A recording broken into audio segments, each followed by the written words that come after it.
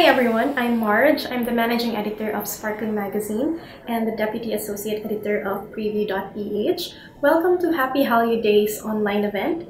And for this segment, we're going to talk about traveling to Korea. I personally love Korea. It's my happy place, so I try to go back at least once every year. Although unfortunately for this year, all of my travel plans have been put on hold because of the pandemic.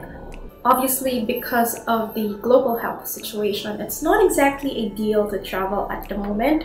But that said, if you're a huge fan of all things Korean, K-pop, K-drama, K-beauty, K-fashion, then traveling to Korea is definitely a must at least once in your lifetime.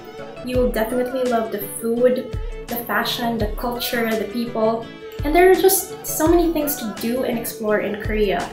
So hopefully when things are finally looking up, we can all resume our travel plans.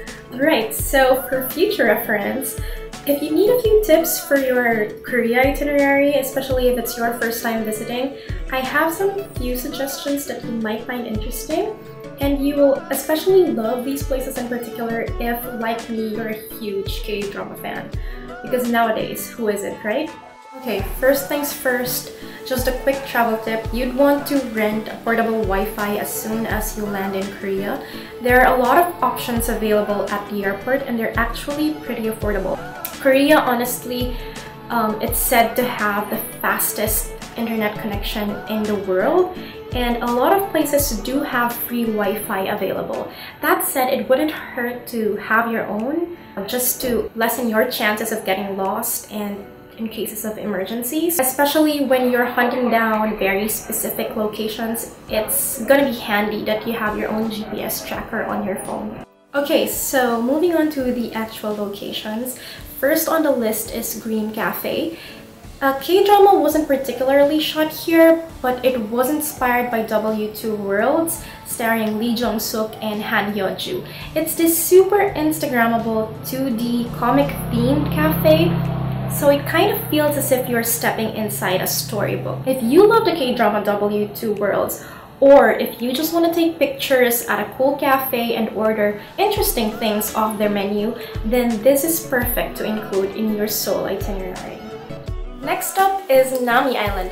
This half-moon-shaped island is famous for being the iconic filming location of Endless Love Winter Sonata, which, as we all know, basically catapulted Hallyu Wave into greater heights. But that said, you don't even have to be a K-drama fan to fully appreciate Nami Island. It's beautiful no matter what season you plan to visit. I personally love it during the fall season. That's when the leaves turn into bright orange and it's absolutely breathtaking. But that said, spring, summer, winter, it's still gorgeous, and if it's your first time visiting in Korea, it's definitely a must-see. Now, if you choose to go there on your own, that is totally doable. That's up to you. But personally, I'd avail of a day tour package, which normally includes a trip to Petit France. Speaking of Petit France or Petite France, I'm not exactly sure of the pronunciation, but you have to be sure to stop by before or after your trip to Nami Island, which is kind of nearby. It's usually included in the same day tour package. It's like a slice of France in South Korea, and it's heavily inspired by The Little Prince. It looks like this quaint little colorful village, and it's a popular tourist destination for a lot of reasons. One of the reasons being that a number of K-dramas have been shot there. Perhaps the most popular would be My Love from the Stars, starring Jun Ji-yoon and Kim So-yoon. Now, if you watch that drama, then you'll recognize it as the place where Do Min-jun and Chon Sung-yi shared a kiss. Other dramas that also shot there include One Spring Night, The Beauty Inside, and The Liar and His Lover, just to name a few. Next on the list is Garden of the Morning Calm, which is also located in Gapyeong. If you love nature, then you'll love taking a stroll around its beautiful, picturesque lawns. A lot of K-drama fans visit the place because of Love in the Moonlight, starring Park Bo-gum and Kim Yoo-jung. In the drama, the garden is shown as part of the royal palace. There's actually this beautiful gazebo situated right in the middle of a pond, and it makes for that perfect Instagram shot that looks as if it came straight out of a period drama. Though actually there are several other dramas that were shot there, including She Was Pretty and Not a Robot, just to name a few. Next one is Namsan Tower or Seoul Tower. The K-dramas that have shot here are way too many to mention.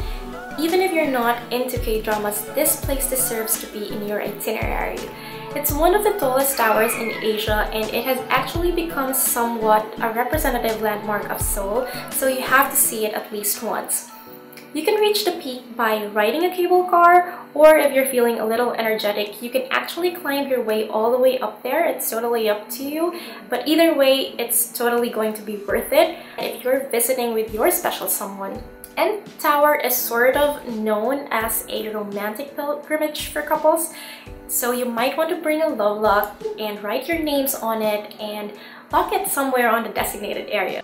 Another must-visit is the Gyeongbokgung Palace, especially if you're a fan of period K-dramas that date back to the Joseon dynasty. It was built in 1395 and it's the largest among all 5 palaces that you can visit in all of South Korea. It's also arguably the most beautiful. Now, if you want to fully immerse yourself in the experience, you can even rent a hanbok or a traditional Korean clothing and wear it to the palace for the best photos ever. If you watch popular dramas like Kingdom, Legend of the Blue Sea, Goblin, and many others, then for sure you'll find the experience extra interesting. If you want to get a feel of Korea back in the olden days, then I highly recommend that you also visit the well-preserved Bukchon Hanok village. It's home to traditional Korean houses that date back to the Joseon era, many of which have been converted into guest houses, cultural centers, restaurants, and tea houses that still welcome visitors who wish to experience Korean cultures and traditions. But even taking a stroll through its alleys will prove to be a remarkable experience. And all the more if you love K-dramas such as Lovers in Paris, Personal Taste, and more. Yeongdaemun Design Plaza is another location that you can easily visit in Seoul. It's an iconic landmark of the Korean design industry, which regularly houses various exhibits and events. You've probably already seen its signature LED roses all over Instagram.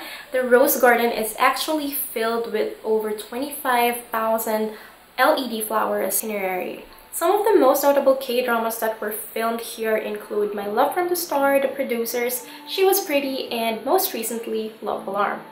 Alright, so that's pretty much it for today's talk.